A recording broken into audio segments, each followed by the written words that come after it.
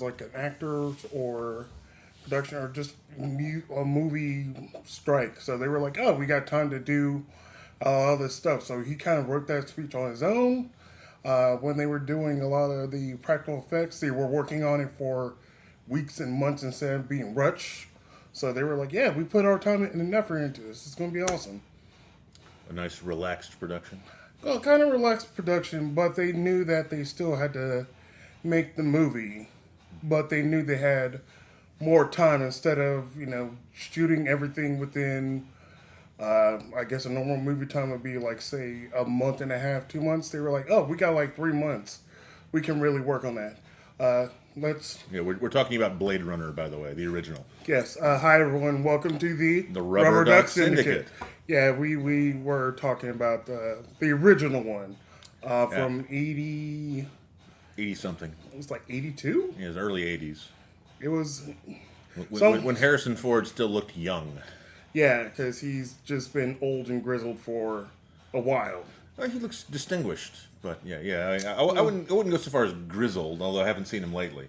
But yeah, he's had the white hair since probably the mid '90s. Yeah, something like that. But he's just he feels like he's like oh, I'm done with this bullshit, and then he still does it for like another 40 years, and then still does movies now. I'm like. Because he was in the most recent Captain America, blah, Brave blah, New blah. World. Yeah, there we go. Playing Colonel Ross, who's the... Who became President Ross. Yeah, who's the Red Hulk. I'm like, okay, I understand where they were going with it. I was like, you couldn't get any actor that was in their 50s or 60s. Well, I want to know what happened to the guy that already played Ross, because is it just that one Hulk movie that they've recast everybody from, even though it's supposed to be within the universe? Yeah, they recast essentially everyone. They're like, oh, that previous one before, all of it's gone. Yeah, but they did keep not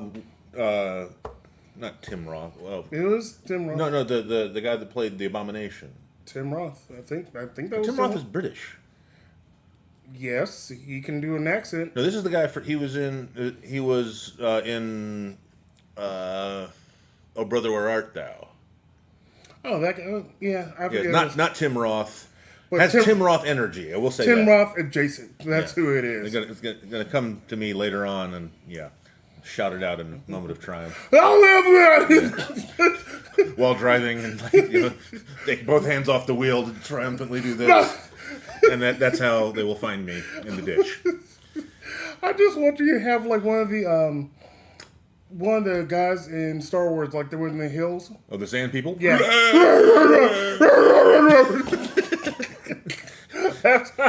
They always walk single file to hide their numbers. Yes. Okay. Houdini! Shut up. We'll get on subjects. So what do you have, sir? Oh, not my phone. I'll be right back. In the meantime, while Daniel's gone, getting his phone, because he has some topics that he wants to talk about here on the Rubber Duck Syndicate. Our process now is we'll think of subjects and we'll kind of put notes in our phone and we're like, hey, that is worthy of talking about on the Rubber Duck Syndicate. And Daniel's back. And Daniel, what do we have for you? All right. First, I have to acknowledge that I'm old. Yes, we go. we are very much aware of that because we are watching Scrubs, the revived version. Yeah, the 2026 season, which is it's for some reason it's showing up as a completely different show. Yeah. On IMDb, it's like so somehow it's not the original Scrubs with a new season. It's a new show with the exact same premise and characters and actors called the same thing, but not that show. Maybe it's Scrubs with the Z. Scrubs. It's also Scrubs. Yes. But what do you have, sir? We have, let's say the easiest one to talk about is the anti-snoring bed, because we mentioned that at lunch. I saw a commercial for a Tempur-Pedic bed that has anti-snoring technology, which apparently the bed listens to you, and if you start sounding like you have sleep apnea, it will mechanically raise the bed automatically to a 12-degree slope. And I'm thinking, Or you could just make a bed that sloped at 12 degrees and leave it that way all the time and not have to worry about any kind of mechanical parts or electronics. But then what would you sell? Yeah, instead of this, do you know how much it was? I did not go so far as to look up the price, but I imagine it's probably not cheap.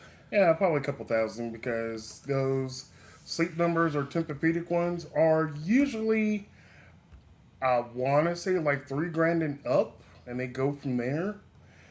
And I understand, folks. I will say this: when you're spending your money that you earn, and we all know we're all not making enough, please shell out for a good bed, also good work shoes.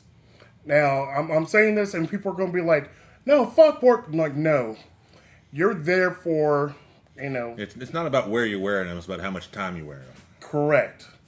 Because, everyone sleeps from, 4 to 8 hours. And if you're working and you're on your feet, you're there from like 6 to 10, 12 hours. Yeah, those anti-fatigue mats, they are worth it. Yes. If you have a place that is not getting you those, make some noise. Yeah, make a lot of noise. Bring it up, saying that if they don't get it for you, say they're racist. Whatever nationality you are, tell them they are racist, even if you are the same race. Especially if you're the same race. Yeah, especially if you're the same race. Because, like, if you're a white person and your boss is a white person, tell them they're being racist against your version of white. Because, like, maybe you're, like, maybe your heritage is from, like, Germany. Didn't somebody identify as transracial or something like that a few years back? Rachel, whatever. Rachel Dolezal, she didn't identify as transracial. She pretended to be, black when she was not. But there's some woman, I forget in which European country she was, but she was, like, maybe Asian, or I don't know. She was not black, but she decided that she was transracial, the same way some people are transsexual. Yeah, see, that becomes a real issue. Because, like, say for, like, people that are trans, like trans men, trans women, they're going through the process of, like, oh, I'm going to be taking the hormones, I'm going to be doing this, I'm going to be wearing, what I feel to, like, feel that way of being a man or being a woman or being, just androgynous. The transracial thing is... It's like, I saw that movie, was it Straight Outta Malibu, whatever, the one with Jamie Kennedy in it. Mm-hmm. Like, and I thought, that was the way to go. That's who I want to model myself after. Jamie Kennedy, because they are doing so well, because they still do stand-up, I know. Were they involved in a scandal, or did they get called out for something? No, they are... He, I guess? Yeah, he. Well, why are we saying they for Jamie Kennedy? I know, because Sorry, Jamie. I think I was in the trans kind of state mind thing and just came... We assume there's only one of you, Jamie Kennedy. Yeah, there might be, or there might be several Jamie Kennedys out there. And I feel bad... Someone is cloning Jamie Kennedy. I feel bad for anyone named Jimmy Kennedy who's out there and they have to kind of share that name with that man. Because he does do stand-up, but I think he goes very MAGA with it. So, yeah, that's the bad thing about it. So, hadn't been called out yet, but he's just disappointing all of us. Yes. But getting back on topic of what we were talking about, the bed. Oh, yes. So, I will say this. I am a large man, and you can tell that from everything here. Well, you're standing next to me, so we both look like ordinary-sized people. Your sense of scale is off with the video. No, mine is weird because I take up a good amount of screen because I have a big body. But I also use a CPAP. So the anti-snoring bed thing, I understand it. And it's going to cost you like thousands of dollars. But you can also do a sleep study. And they tell you to use a CPAP, which helps save your life, folks. If you don't think you snore, you probably do. Apparently, everyone starts snoring at some age, which makes it really weird. Well, maybe not everyone, but most people start snoring at a certain age, which, they don't really talk about that too much in the romance shows. Like, dating is hard enough without, it's like, oh, hey, you want to spend the night? By the way, I sound like a truck downshifting on the freeway. Mm-hmm. Yeah, that's the I thought about that too. About most shows or movies when the couple's waking up from, a night of having sex. Uh Most of them are kind of dressed a little bit. So like the woman will be wearing like say a bra or a shirt. Tank top, yeah. Yeah, like a bra, tank top, something. But then also like they roll out of bed and most of the time they might have pajama pants or something where Yeah. The implication being that they either had sex like by artfully moving around those bits of clothing, or they finished having sex naked and then got dressed and then got back in bed. yes, that's the weird thing about it. Like there hasn't been a lot of movies or TV shows that kind of not say address that, but no one just like wakes up completely butt naked and then go on. But I understand this is like because of the nudity thing. I get it, but Because we're allowed to write a script where, hey, they've clearly been having sex, a lot of sex all night, but we can't show you. yeah, we're not going to show you that unless That would, corrupt the children's. it's heated rivalry. They were showing those dudes just boning. But that's is that on cable or streaming? It is on Netflix, I believe. Okay, I have heard of this, and apparently this has taken certain parts of the internet by storm. I think it's on HBO Max. I'm sorry. So where showing nudity is not only acceptable but encouraged. Yeah, but the thing Game of Thrones. the great thing about heated rivalry, yes, they are showing naked bodies, but not full frontal. So they are Are they holding like kabuki masks? Oh no. No, Fig leaves. No, they artfully move the people in the right way. So they So like the gag from Austin Powers. Like, melons? Sausage? yes, because two men that are gay are holding melons in front of each other. Hey, I was referring to the Austin Powers I joke, know, which I know. You should remember. I know, I do remember. Part of our cultural heritage. Yes. It's an oldies, folks. Just go back and watch Austin Powers from 1999, I think. Oh, I think the first one was like 96, maybe. It was late 90s. It was weird because like even the last one was like 2005. Oh, we're old. Stupid linear progression of time. We're old, but hopefully the people that are out there that watch us are old as well and feeling it and knowing it. So feel the comfort with us. Also, if you're too young to understand what we're talking about, you're welcome for the lesson. Yes, and also getting history lessons from your uncles. I guess your Guncle. That is a term. I know. I've heard other people use it. So yeah, apparently, you get to contract words and add letters to them. I guess so, but I also don't like it because it's. I don't know. I feel weird about it. I mean, does the concept also go to the other part of the gay community? Do you also have Gants? Probably. I don't know. Like Gants and Guncles? Gants and Guncles. I don't know. And grandma?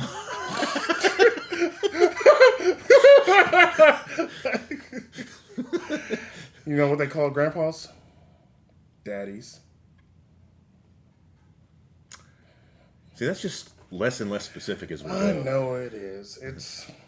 Yeah, I get that within the gay community, daddy has a completely separate meaning because there's not so much with the pregnancy and childbearing by default. It's always a very intentional thing. It doesn't stop them from trying, sir.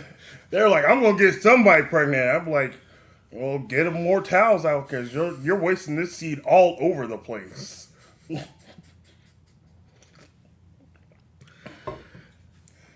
Speaking of abrupt segues, what else have I got on here? Teaser trailers.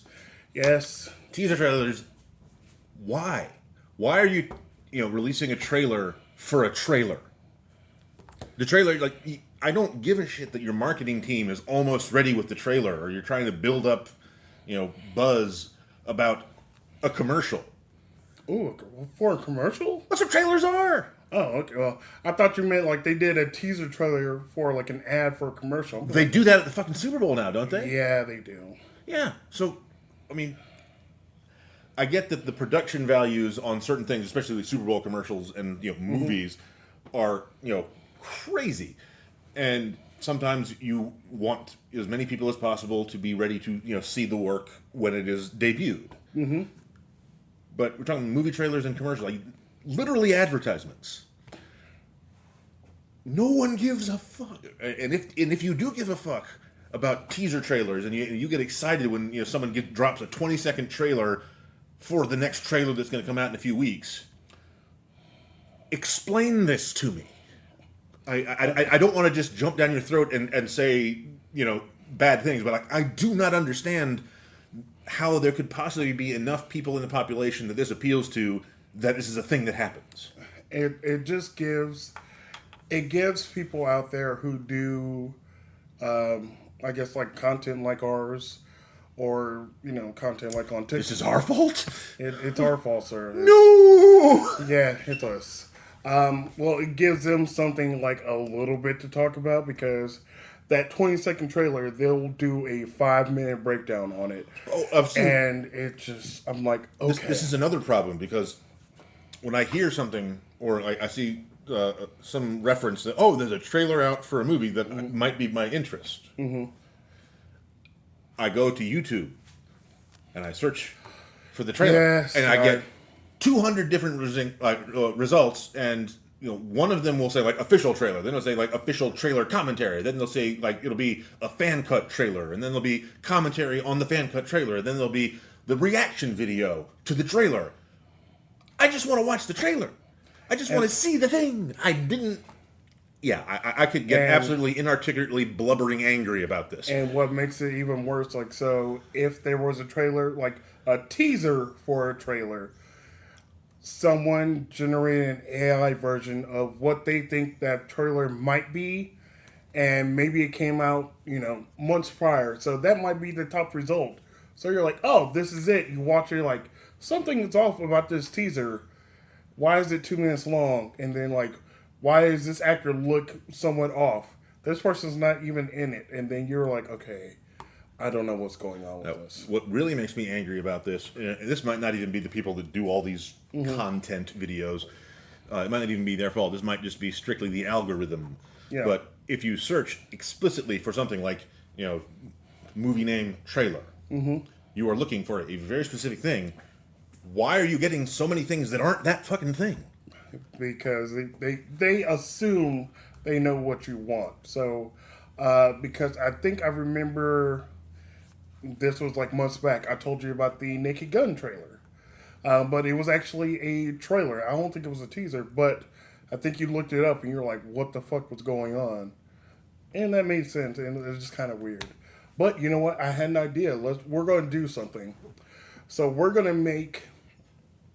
to create a teaser trailer right now, like how every teaser trailer is played.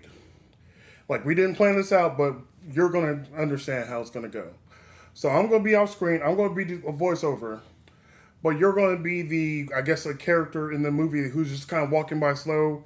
They do kind of some looks, and then it ends. Yeah, it tells you nothing about the movie. Okay, so we're going to act that out real quick. So here is teaser trailer for the Rubber Duck Syndicate. So, like, kind of go off screen, and then you walk on, and you're just kind of being like in slow motion. In a world when two gentlemen talk about absolutely nothing, you'll find out this summer they really meant it. On the Rubber Duck Syndicate. I really hope that comes through on the microphone. Otherwise, we're going to look really stupid. Yeah, it's good. Well, we've looked stupid before. It's kind of what we do. Yeah. We've established our brand. We know what we're about. We're about looking kind of a little dumb, but having fun doing it. And we want you in for the ride of... Also distinguished. Yes, we are very like distinguished. Harrison Ford. Oh, I need to give me a skinny white woman. Don't we all? Because he's still married to, Calista Flockhart, right?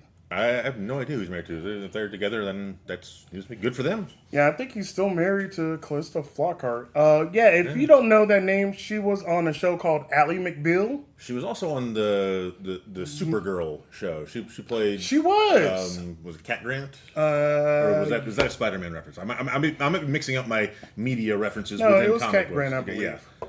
yeah. Yeah, she was on Supergirl, but if you say her name, everyone's gonna know her for Ally McBeal. Yeah, because that was. I mean, that show was inexplicably popular. I mean, everybody knew about the show. Even if you didn't watch the show, you knew about the show. Yeah, and like now, no one's gonna be talking about it except for us. Yeah, I don't know how well it's aged. Probably not great because it was if I remember the premise, they were lawyers. Yeah, they were lawyers, but like the big. Well, one of the big devices within the writing was that the law firm was a very progressive law firm, and they had a unisex bathroom. Mm-hmm. And so, they could have, they had basically another part of the set where, you could have passionate conversations, and yeah, for some reason it was in a bathroom, and that made it more interesting. I don't know. The only thing I remember about that show, because I don't think I ever watched an episode, the thing that I guess made it was the dancing baby. Oh, that was the TV show. Yeah, it's like it was like the very first, or supposedly the very first viral internet video was a computer animation of the dancing baby, which we are now, obligated to find and put here. Dancing baby, and somehow that became something that everyone knew about, even if you didn't have the internet, and so they put that into the show, and so there was just like random viral dancing baby animation, and like the actors had to pretend like they were interacting with it. So let me ask this, to your knowledge, was it the dancing baby was on the internet before Ally McBeal, or was it dancing baby on Ally McBeal and then went to the internet? I think it was one of the first viral things before it was on the TV show. I think the TV show adopted it because it was one of those things like, oh wait, this is something on the internet, but everyone knows about it. Because like you would go to the I'm going to hit you with the reference because you talked about it the other day. GeoCities. GeoCities. No, you're the man now, dog.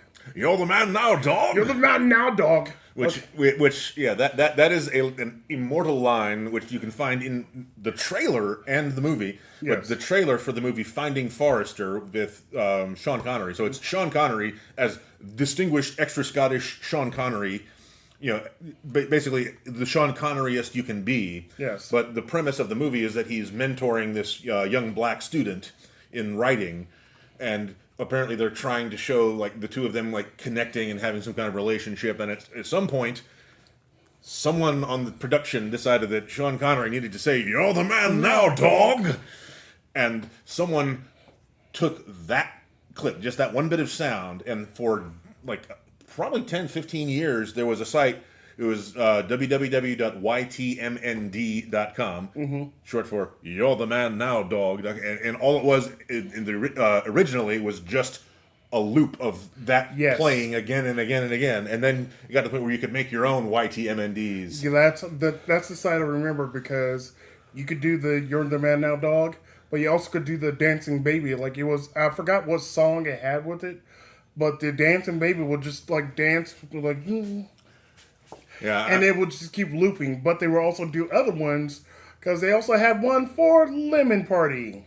I don't remember that. I remember like the not viral, but the email forward explaining what a lemon party was. Yeah, and I mean, whether it's real or not, congratulations. Please don't look it up. Yeah. Congratulations to whoever came up with that concept, as a joke or not. Like, if you came up with that concept because this is really a thing that you and your friends do in old age, more power to you. But if you came up with it just because it's a joke that makes people's eyes itch on the inside, also well done, because that joke is forever now. If you want to be happy for the rest of your life, don't make a pretty woman your wife. And then they'll kept going from there. Okay, I know that song, but was this? That was the song that went with the image. Wow.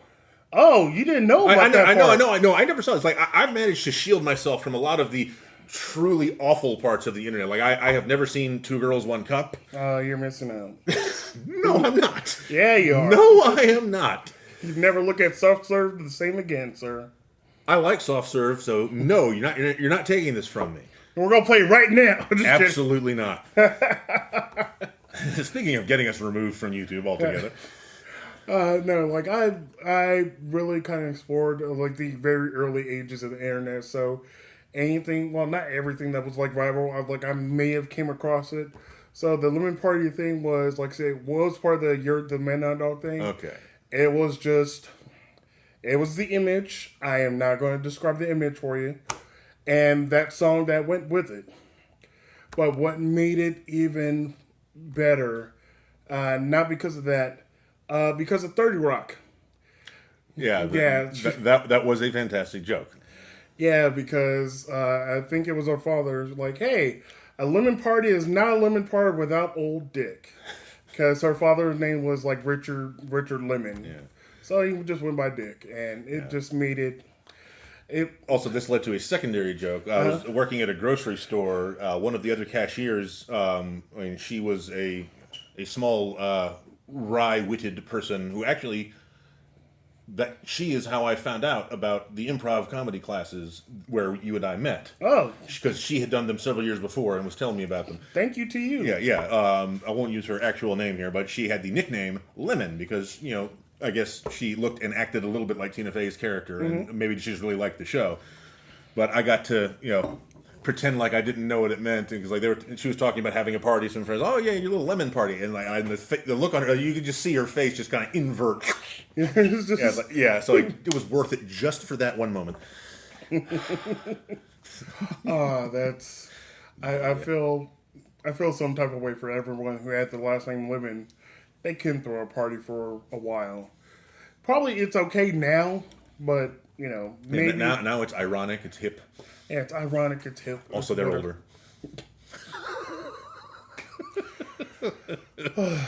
Yeah. What's the next thing you have, sir? What is the next thing we have? Okay, I got production and casting in the streaming age. Okay, so what do you mean by that? So I've been watching reruns of some stuff, specifically Stargate SG-1. Yes. Because it is on your LG. Yeah. At the moment, this is one of the only channels I get, which is fun in and of itself. But what this channel does is it has it has Stargate SG-1, all like 7 or 8 seasons, and then Stargate Atlantis, and then Stargate Universe, and it just plays them episode 1 all the way through, and then repeats. Okay. So it's like the same stuff. So if I turn it on, like at any given point during the week, I could be at any part in the story, but it also means that I've been, going back and forth to some of the shows that did not air, concurrently, and I say like, oh yeah, this actor was on the first show playing one character, and is also on the second show playing a completely different character. It has nothing to do with that. They just recast the same person. Yeah. And then there's one actress, like I'll have to look her name up. But I swear this is her. She was on Stargate Atlantis, and she played, I think, 2 different characters on that show. Like she's just like one of the kind of side characters. Doesn't have a lot of dialogue, but she's one of the technicians, always running around being busy in the background. Yes. But then she's also one of the random people, on one of the Stargate planets that they visit. And like, wait, I think like she works at your office, man. And then this same actress, I'm pretty sure, is on Stargate Universe, which came out a few years later, playing a completely different character who gets lines this time. Huh. I understand what you're talking about now, because I've had this discussion before with my brother about say superhero movies.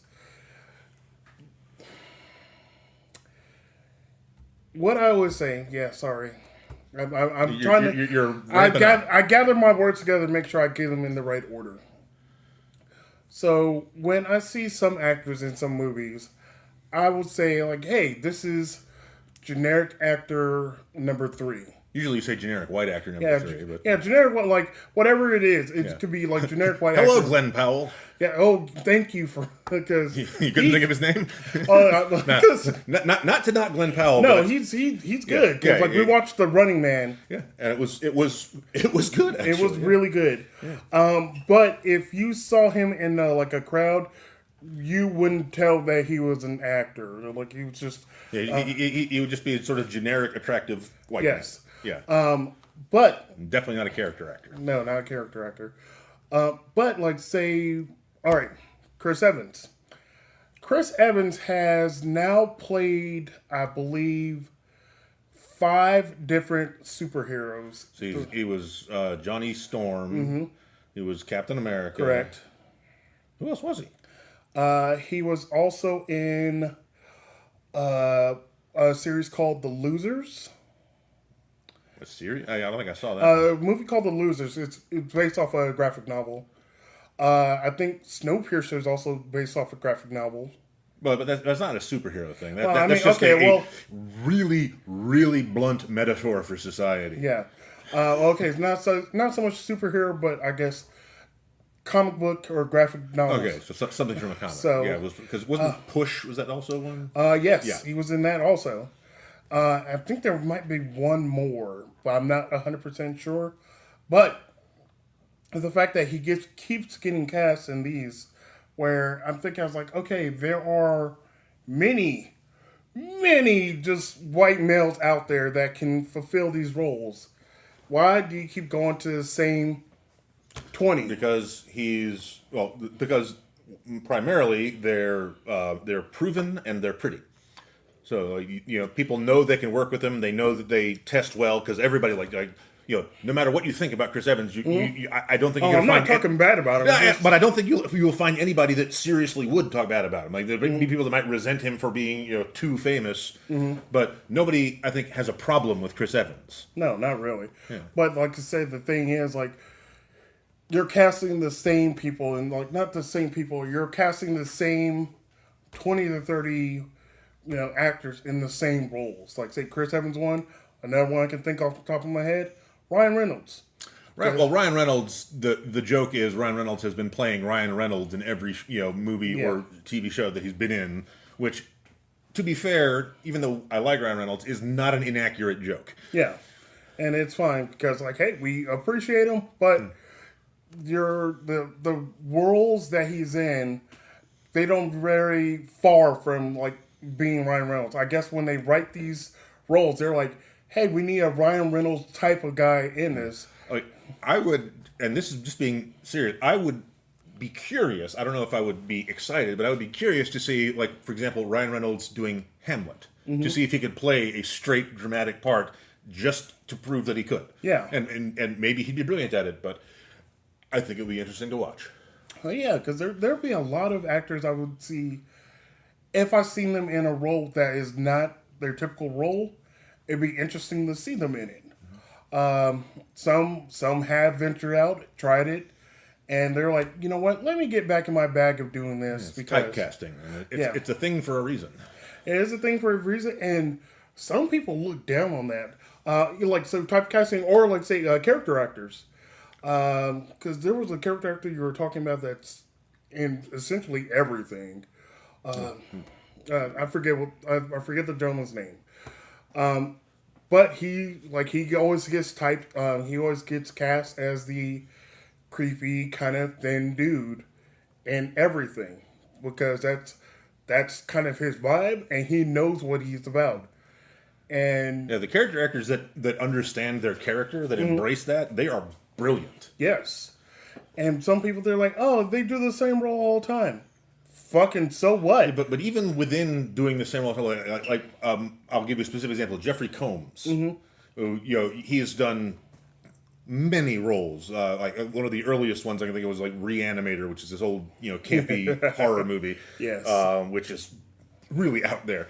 But he is almost always playing the kind of unusual. He's playing a weird guy. Yes, but. Even just playing a weird guy, he is weird in a different way in everything that he does. But he's always super intense, and he's in Star Trek a lot. Because apparently he works well with makeup and the alien cosmetics and all that stuff, so he can make completely different characters that are all the same kind of, unnerving and interesting, but in completely different ways. And so he's played, I think on Deep Space Nine, I think he played like 5 different characters in the run of that one show. I can see that. Like another one that can act through makeup is the very famous Doug Jones. Doug Jones is fantastic at doing that. I think I recently saw that there's like a documentary about Doug Jones. Who was that? Yeah, I think it's just called "Get Me Doug Jones." Okay. Which, we will probably find and watch and we're gonna report on next week. Well, we'll let you know about the Doug Jones documentary because we love Doug Jones and everything that he does. Because like he shows up in a lot of stuff that you don't realize that he was in, and you're like, I didn't realize that person was in it. Yeah, there are certain actors that you can sort of spot them because they are the only actors that match those physical attributes. So Doug Jones is pretty tall and kind of lanky. Yes, and so you can spot him when he moves. Mm-hmm. And so, but he's also one of those ones that, like Ron Perlman, has like the skeletal structure that makeup artists love. Do they love him like that? Ron Perlman? Yeah. Yeah, I mean, I'm thinking Ron Howard for some reason. No, that's different. that's a whole. That's Opie. That is yeah. Ron Perlman versus Ron Howard. Go. Oh yeah, to the death. Ron Howard's going to die from that. I don't know. He might be scrappy. You never know. He might just bring out a machete. He's like, Ron Howard never goes anywhere without a concealed weapon. He's like, shh. Okay, getting back on the topic. Did we have a topic? So we're talking about character actors, yes. And then was it Kevin Peter Hall was an actor in the 80s and 90s, most famous for playing the alien creature in Predator. Yes, because he a big dude. He was like 6'7" or something like that, and so like any time you needed a larger than life character, especially one that you could put prosthetic makeup on and dress up as something other than human, he was your guy. And so he was in several Star Trek episodes like Next Generation and stuff like that, and other things. He was just, if you needed a really big, tall, imposing character, he was ready. You call him and be like, "What you doing?" Just laying around. When can you get here? I'm already there. Like, I've been here the whole time. I just stepped over a whole city and I'm here. He unfortunately probably passed away. No, he died. I believe. I can't remember if it was one of those stories about how he got it through a blood transfusion or if he was actually just got it the old-fashioned way. But he was one of the earlier, or one of the actors, one of the first ones that I heard about dying of AIDS in the 90s. Oh, okay. That's unfortunate. He deserved more. Yeah, he did. But that's the great thing about movies and TV. Like those that pass on, all their their stuff still lives on, so you can still appreciate them. Via we can always watch him whooping Arnold Schwarzenegger's ass in the jungle. Just Arnold Schwarzenegger, like, you ugly son of a bitch, motherfucker. Yeah. Oh, that's pretty good. I won't go back and watch that now. That's one. That one is a classic for good reason. Yeah. Anyway, sorry. Before we spiral on, I wanted to finish my thought. The reason that I wrote this down as casting in the streaming age was that because shows now are released on streaming services, usually like a whole season at a time, or released one if they're doing a staggered release of episodes, it still all happens within a couple of months for a whole season. Yes. Now, because you still have access to all the other stuff on streaming services, you can't assume that if you reuse an actor as a different character, that the people that have been watching your show aren't going to catch it anymore. No one saw that. Yeah, I saw that. We'll edit that out. So it must have changed the dynamics of casting in production. Yeah, because if you had this, like the actress I was talking about, whose name I will flash up at some point, or I have to look it up because I'm gonna do. Yeah. I'll help and find the one I'm thinking of and send that to you. But she was on. She played at least 2 characters in that one show, but I don't think either of them had any lines. So maybe they were just on set and they're like, "Oh, we need more people for the background." Yeah, but maybe, and it was because this was also Stargate Atlantis was one of the first or it was definitely the first show in the Stargate series that was filmed in HD. And so you can see there is a notable jump in graphics quality from like the early seasons of Stargate with SG-1, which came out in the mid to late 90s. And so it wrapped up, and like so the last couple of seasons of that are like 2001 or 2002, maybe 2003, and you can see that they've improved the graphics, immensely over the run of that show. And then Atlantis has all kinds of fancy computer graphics. This is during the era when people were experimenting, and computer graphics were new and cool. Yeah. And so sometimes they were overused and like, oh wow, lens flare. You're like, oh, that's a lot. Yeah. And then it just keeps getting better. But this was during the time when it was just really obvious the technology they were using, and it was probably broadcast at a time when not everybody had HD TVs. Yeah. So you might not have even noticed some of these characters in the background. Yeah, now you can very much tell like a lot of different people. Like the guy I was pointing out on Scrubs, who was just back there. He's like, yeah, we found. Yeah, I doubt we'll find his name. Maybe we'll find a screenshot for you. No, we'll try to get a screenshot because the guy did not have any human movement for. Yeah, it looked like someone had wheeled him in like as a mannequin. And did like no head motion or like talking or anything like. It wasn't paid to talk. He was paid to be there in a lab coat. Oh, that's the dream. Just show up somewhere and be in a lab coat and get paid for it. Yeah. Oh, speaking of production and Stargate Atlantis, I have another related rant. But let's see. Oh no, we got a few minutes because we're at about 41 minutes now. Okay. So I'm going to rant a little bit about Stargate Atlantis. So like I'm a big fan of the Stargate series. And I will acknowledge that, especially like the first couple of seasons for Stargate SG-1, a little bit rough writing wise. Yeah. But it found its legs, and it became a really great, excellent character driven show. But it was mainly characters who didn't have any flaws. It was it was the main team. They were all just like very heroic in their own specific ways, but they weren't wrestling with any deep moral issues or anything like that. But it was a great kind of team show, and everybody pulled for everybody. Yes.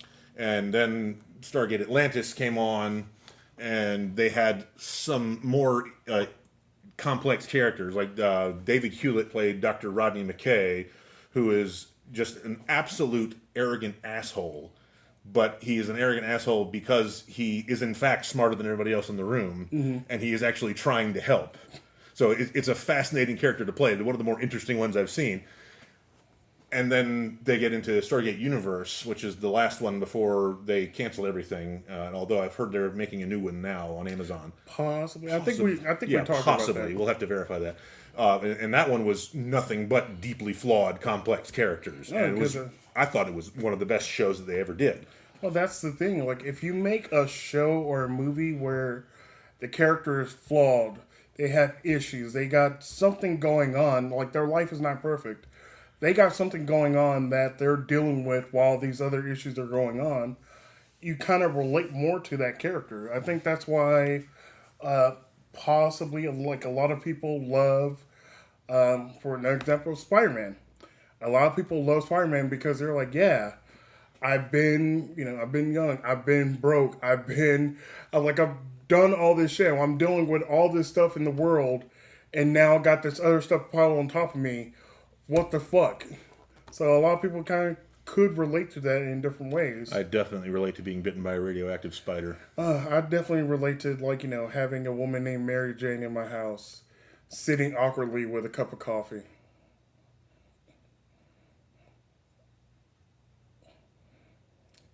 People know what I'm talking about. Like there is a you may have seen it before too. What? Don't we kind of make it just because you can move your eyebrows independently, you jerk. I'm Daniel. I can move my eyebrows independently.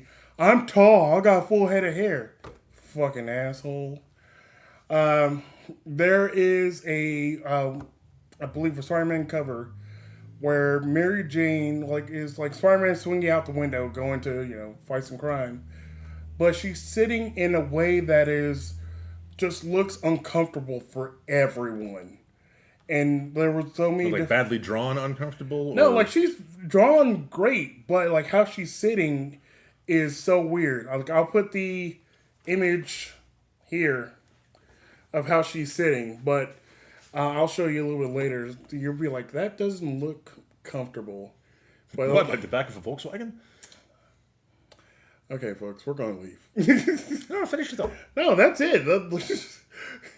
You should have left it on the back of the little Volkswagen, but no. I didn't even finish ranting about Stargate Atlantis. Please finish that. Okay, so I will limit my complaints to one thing: the bad guy, the villains, the threat in Stargate Atlantis is easily one of the worst designed and thought out creatures I have ever seen in television.